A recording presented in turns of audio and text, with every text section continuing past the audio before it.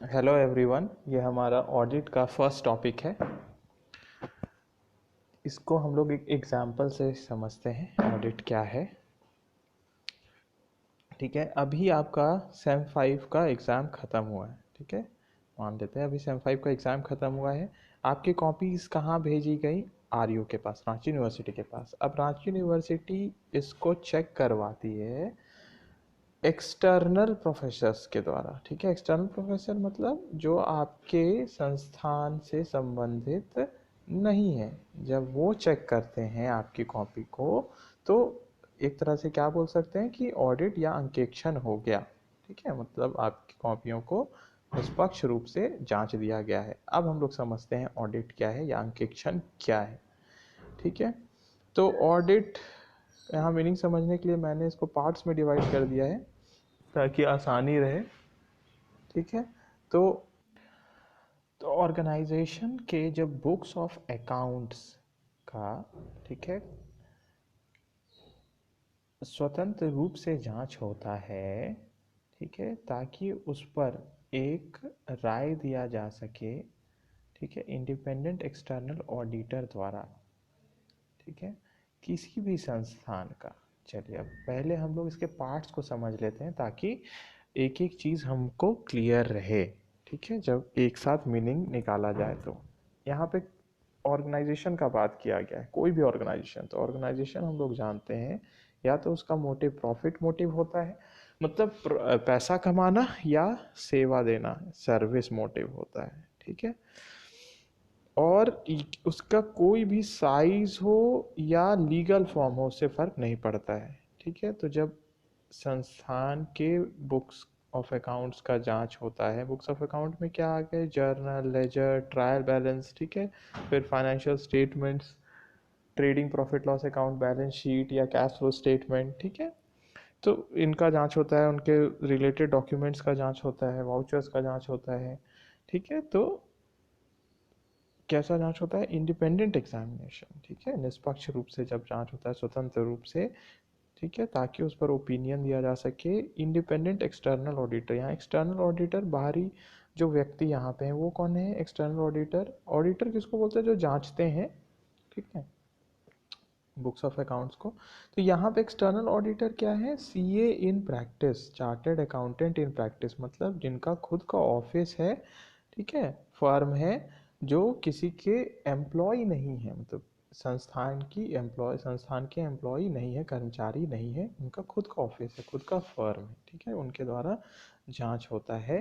ठीक है, ताकि वो अपनी राय दे सके। ये राय कौन सी? ठीक है, कि ट्रू एंड फेयर है कि नहीं फाइनेंशियल स्टेटमेंट्स, मतलब सत्य और निष्पक्ष रूप से उसमें जो भी बातें दर्शाई गई हैं। ठीक है, बातें दर्शाई गई हैं कि नहीं, मतलब ठीक है कि नहीं। सिंपल में फाइनेंशियल स्टेटमेंट्स ठीक है कि नहीं, सही पिक्चर दे रही है कि नहीं। ठीक है, मतलब बैलेंस शीट जो है वो सही स्टेट दिखा रही है। किसका? फाइनेंशियल स्टेट दिखा रही है, एसेट्स, लाइबिलिटीज़ और कैपिटल का। और जो प्रॉफिट एंड लॉस अकाउंट है, ठीक है, वो फाइनेंशियल परफॉर्मेंस का सही पिक्चर दे रही है, मतलब प्रॉफिट हुआ है या लॉस हुआ है वो ठीक बता रही है कि नहीं। ठीक है, तो ये हो गया ऑडिट। चलिए, इसको अब मैंने क्या किया है, आपको नोट्स इस तरह से बनाना है। ठीक है, तो नोट्स आप मीनिंग लिख सकते हो ऑडिट का। ठीक है, ये इंग्लिश वालों के लिए हो गया, हिंदी वालों के लिए।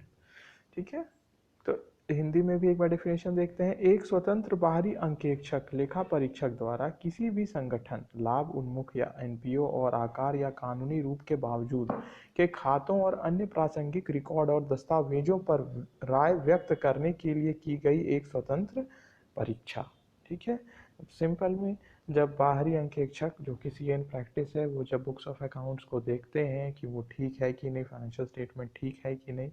ठीक है, तो उसको क्या हम लोग बोलते हैं? उसको ऑडिट बोलते हैं। ठीक है, अंकेक्षण या लेखा परीक्षा हिंदी में। ठीक है, तो ये हो गया ऑडिट। अच्छा, अब ऑडिट होते हैं मेनली दो प्रकार के। एक होता है स्टैट्यूटरी ऑडिट। स्टैट्यूटरी ऑडिट को हम लोग लीगल भी बोलते हैं, मतलब जो लॉ बोलता है कि आपको ऑडिट कराना होगा। जैसे कंपनियों में ऑडिट मैंडेटरी होता है, कंपनी को ऑडिट कराना है। ठीक है, इसी तरह से टैक्स ऑडिट भी होता है, जो किसी किसी केसेस में मैंडेटरी हो जाता है, तो टैक्स ऑडिट करवाना ही है आपको, तो ऑडिट करवाना होगा फिर। ठीक है, तो ये हम लोग देखेंगे बाद में पैसे। ठीक है, तो कंपनीज को जैसे मैंडेटरी है तो उनको अपनी लेखा पुस्तकों, लेखा खातों को, बहियों को अपना ऑडिट करवाना होगा, अंकेक्षण करवाना होगा। जो दूसरा टाइप का है ऑडिट, वो होता है वॉलेंट्री बेसिस पर। मतलब ऑर्गेनाइजेशन को लॉ नहीं बोल रहा है कि आप करवाइए, कानून नहीं बोलता है, बाध्य नहीं करता है कि आपको ऑडिट, अंकेक्षण करवाना है। ठीक है, पर वो कुछ अन्य कारण से, जो हम लोग बाद में देखेंगे, ठीक है, कभी कभी लोन के लिए भी चाहिए होता है, या कोई दूसरे ऑडिट हो गए, ठीक है, जैसे कॉस्ट ऑडिट हो गया, तो वो सब अलग वाला चीज़ है, और कभी कभी उसमें भी मैंडेटरी होता है। ठीक है, तो वो हम लोग आगे देखेंगे। तो अभी जो सिंपल वे में ऑडिट बोला जाता है, यहाँ पे जो बात हो रहा है स्टैट्यूटरी ऑडिट का ही बात हो रहा है, कि एक्सटर्नल ऑडिटर जब आके देखते हैं बुक्स ऑफ अकाउंट को, उस पर अपना ओपिनियन देते हैं, ठीक है, तो उसको ऑडिट हम लोग बोलते हैं। ठीक है, चलिए आगे चलते हैं हम लोग। ठीक है, पहले क्या होता था कि ऑर्गेनाइजेशन का जो साइज था, ठीक है, जो ऑर्गेनाइजेशन के आकार होते थे वो बहुत छोटे होते थे, तो उस केस में ओनर या अकाउंटेंट खुद ही बुक्स ऑफ अकाउंट्स को चेक कर लिया करते थे। ठीक है, इस फिर क्या हो गया, इंडस्ट्रियल रेवोल्यूशन, औद्योगिक क्रांति आई। हम जानते हैं इंग्लैंड में औद्योगिक क्रांति आई। ठीक है, तो इससे क्या हो गया, क्योंकि प्रोडक्शन, अब औद्योगिक क्रांति होने के कारण प्रोडक्शन बढ़ गया, ऑर्गेनाइजेशंस के जो साइज थे वो बढ़ गए। अब ओनर हर जगह जाके, उनके लिए पॉसिबल नहीं था कि वो हर जगह, जहाँ भी उनके ऑर्गेनाइजेशन का ब्रांच है, या जहाँ भी अलग जगह वो ऑपरेट करते हैं, वहाँ जाके वो चेक कर सके अपने बुक्स ऑफ अकाउंट को। ठीक है, तो तो ऐसा आ गया कि बाहरी व्यक्ति से हम उसको चेक करवाएं। ठीक है, तो इसीलिए ये बाहरी व्यक्ति वाला कॉन्सेप्ट आया। ठीक है, एक्सटर्नल ऑडिटर वाला कॉन्सेप्ट आ गया। ठीक है, कि दूसरे लोग जो अनुभवी हैं, एक्सपर्ट हैं, वो इसको जांचे। ठीक है, फिर हम लोग ऑडिटर के ऊपर एक पूरा चैप्टर है, उसमें हम लोग अच्छे से देखेंगे ऑडिटर के बारे में। ठीक है, तो अभी हम लोग फिर आगे बढ़ते हैं इसका। अच्छा, इसका हिंदी भी है नीचे में। ठीक है, तो हिंदी वाले अपना नोट्स तैयार करने के लिए यहाँ पे देख सकते हैं। ठीक है, इस स्लाइड को आप पॉज कर सकते हैं। ठीक है, इसको आप पॉज कर सकते हैं। ये देखिए यहाँ पे हिंदी वाला है। ठीक है, तो हिंदी वाला, यहाँ हिंदी इंग्लिश वाला है, तो आप इसको पॉज करके देख सकते हैं। चलिए आगे बढ़ते हैं हम लोग। फिर नेक्स्ट हम लोग देखते हैं ऑडिट जो शब्द आया है। ठीक है, ऑडिट शब्द आया है, लैटिन शब्द है ये। ठीक है, लैटिन से आया है, तो इसका मतलब क्या होता है, ऑडायर। ठीक है, डेराइव किया गया है फ्रॉम द लैटिन वर्ड ऑडायर। ठीक है, ऑडायर्स लैटिन वर्ड से ये आया है, ऑडिट वर्ड। ठीक है, जिसका मतलब क्या होता है, टू हियर, मतलब सुनना। ठीक है, सुनना। तो पहले क्या, ये हुआ कैसे, ये ऑडिट और इसका सुनना क्यों ऐसे हुआ। पहले जो अकाउंटेंट होते थे, ठीक है, वो निष्पक्ष और अनुभवी लोगों के पास जाते थे, जो कि फाइनेंशियल, मतलब अकाउंट्स में जिनका पकड़ है, जो समझते हैं, ठीक है, एक्सपर्ट हैं जो, और वो उनके पास जाके उनको सुनाते थे अपने अकाउंट्स के बारे में, और वो सुन के अपना ओपिनियन देते थे। ठीक है, जो अनुभवी और निष्पक्ष लोग होते थे वो अपना ओपिनियन देते थे कि वो ठीक है कि नहीं, जो बुक्स ऑफ अकाउंट्स है वो ठीक है कि नहीं। तो इन्हीं निष्पक्ष और अनुभवी लोगों को, जो कि सुन के अकाउंट्स के बारे में अपना ओपिनियन देते थे, उनको ऑडिटर बोला जाने लग गया। ठीक है, तो ऑडिट शब्द का अर्थ था टू हियर। ठीक है, जो कि ऑडायर से आया था, लैटिन भाषा।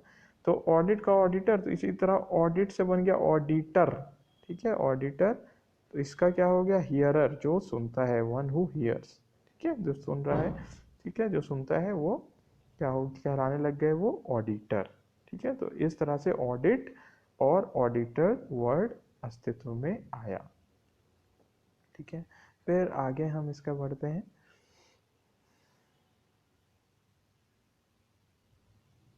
ठीक है, यहाँ पे हिंदी भी है, तो आप यहाँ पे हिंदी और इंग्लिश का कैसे आपको नोट्स करना है, जिससे ये मेन पॉइंट्स है, जिससे आपको समझ में आ सके। ठीक है, तो आप इसको नोट्स बना के रख सकते हैं। चलिए आगे बढ़ते हैं। अच्छा, यहाँ एक डेफिनेशन है स्पाइसर एंड पेगलर, तो आप इसको पढ़िएगा।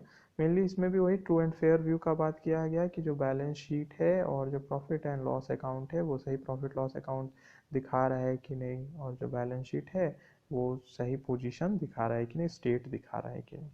ठीक है, और क्या वो सेटिस्फाइड है कि नहीं, जो कि पोजीशन दिखा रहा है, तो जो ऑडिटर है वो सेटिस्फाइड है कि नहीं। ठीक है, फिर इसका हिंदी भी है नीचे, तो यहाँ से आप हिंदी भी लिख सकते हैं, यहाँ पे पॉज करके इसको।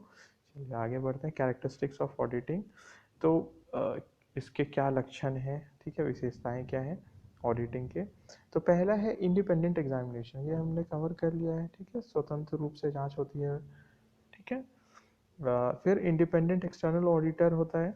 ठीक है, और जैसा बताया यहाँ पे तो हमने, क्योंकि एक्सटर्नल ऑडिटर को लिया, स्टैट्यूटरी ऑडिट कवर कर रहे थे हम लोग मेनली, जिसको ऑडिट बोला जाता है।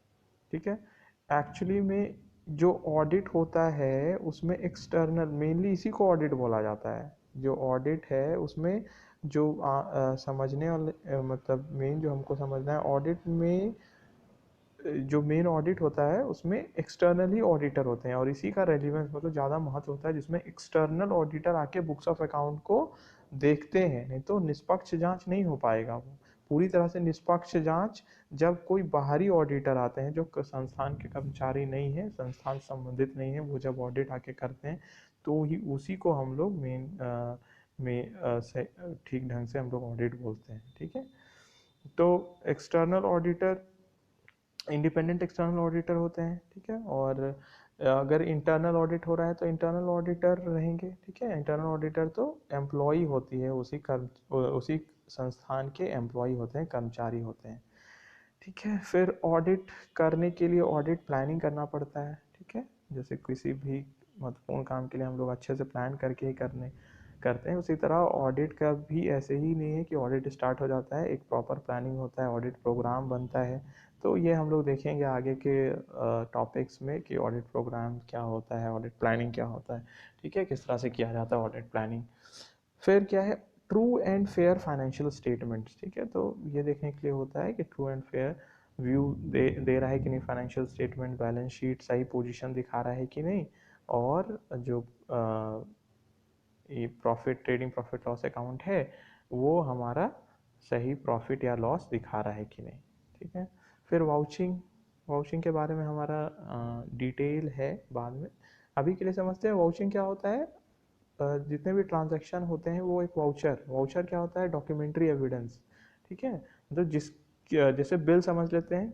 ठीक है, जिससे ट्रांजैक्शन रिकॉर्ड किया गया, तो ट्रांजैक्शन का आधार क्या होता है, जर्नल हम लोग जानते हैं, जर्नल एंट्री हम लोग करते हैं किससे, जो भी हमारे पास वाउचर्स हैं, डॉक्यूमेंट्री एविडेंस है कि उस ट्रांजैक्शन का क्या प्रूफ है, प्रूफ के बेसिस पे हम लोग रिकॉर्ड करते हैं ट्रांजैक्शंस को। तो वाउचिंग क्या होता है, हम लोग देखते हैं कि हर ट्रांजैक्शन का जो वाउचर है कि नहीं, और वाउचर सही है कि नहीं। ठीक है, तो हर ट्रांजैक्शन का वाउचर को देखा जाता है, तो बिल को देखा जाता है, मिलाया जाता है कि उसी के अनुरूप है कि नहीं, उसी फाइनेंशियल स्टेट ईयर का है कि नहीं, उसी ईयर से संबंधित होना चाहिए, सही से रेज किया होना चाहिए, सही अथॉरिटी के द्वारा। ठीक है, फिर इसको हम लोग डिटेल में आगे देखेंगे टॉपिक में।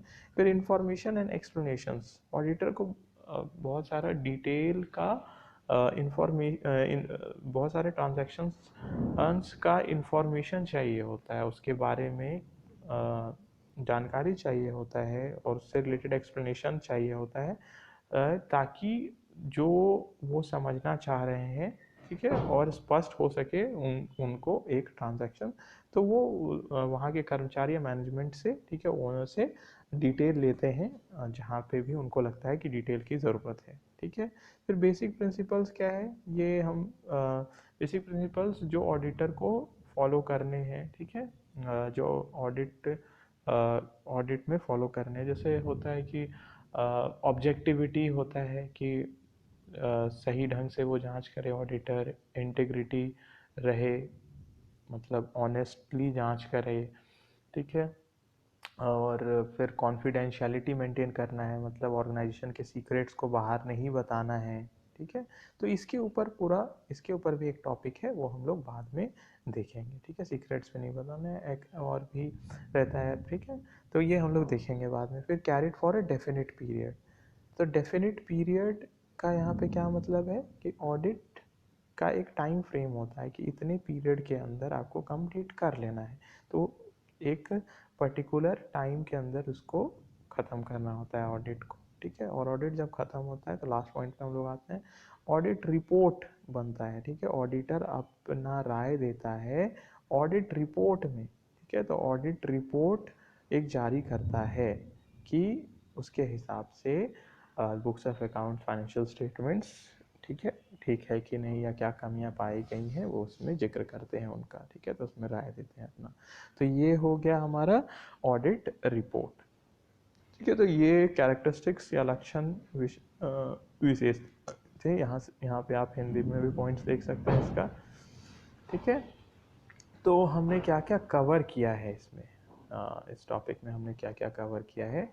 सबसे पहले हमने देखा ऑडिट क्या है, ठीक है। तो ऑडिट के बारे में हमने देखा, ऑडिट क्या है, जब स्वतंत्र जांच किया जाता है बाहरी अंकेक्षक द्वारा, तो उसको हम लोग क्या बोलते हैं, ऑडिट बोलते हैं, ठीक है। एक्सटर्नल ऑडिटर इसमें इंडिपेंडेंटली जांच करते हैं। फिर हमने देखा ये इवॉल्व कैसे हुआ ऑडिट, ठीक है। तो पहले ऑर्गेनाइजेशन छोटे थे, ठीक है। फिर क्या हुआ, इंडस्ट्रियल रेवोल्यूशन जो इंग्लैंड में, उससे साइज़ बढ़ गया, ऑर्गेनाइजेशंस का प्रोडक्शन ज़्यादा होने लग गया, ठीक है। फिर हमने देखा ऑडिट शब्द आया है किससे, लैटिन वर्ड ऑडायर से, जिसका मतलब होता है सुनना, और इसी तरह, ठीक है। और ऑडिटर का मतलब क्या हो गया, जो सुनते हैं, ठीक है। ठीक है। फिर हमने देखा डेफिनेशन स्पाइसर एंड पेगलर का भी देखा था हमने, जिसमें उन्होंने बताया था कि ट्रू एंड फेयर व्यू दे रहा है कि नहीं, उसके बारे में ऑडिटर बताते हैं कि उनके हिसाब से सही है कि नहीं, ठीक है। फिर हमने देखा कैरेक्टरिस्टिक्स, ठीक है। कैरेक्टरिस्टिक्स में हमने इसकी विशेषताएं देखी। तो कैरेक्टरिस्टिक्स में जैसे हमारा क्या क्या था कि इंडिपेंडेंट एग्जामिनेशन होता है, ठीक है। इंडिपेंडेंट एक्सटर्नल ऑडिटर होते हैं, ठीक है। फिर ट्रू एंड फेयर व्यू दे रहा है कि नहीं फाइनेंशियल स्टेटमेंट्स, ठीक है। और क्या था हमारा इसके अलावा कि जो इंफॉर्मेशन एक्सप्लेनेशन चाहिए वो मिल रहा है कि नहीं, वाउचिंग को कवर करते हैं, सॉरी, इंफॉर्मेशन एक्सप्लेनेशन भी आता है एक पॉइंट में, बेसिक प्रिंसिपल्स आता है, ठीक है। वाउचिंग आ गया हमारा, ठीक है। तो आज हमने देखा ऑडिट के बारे में बेसिक जानकारी, ठीक है। चलिए, थैंक यू।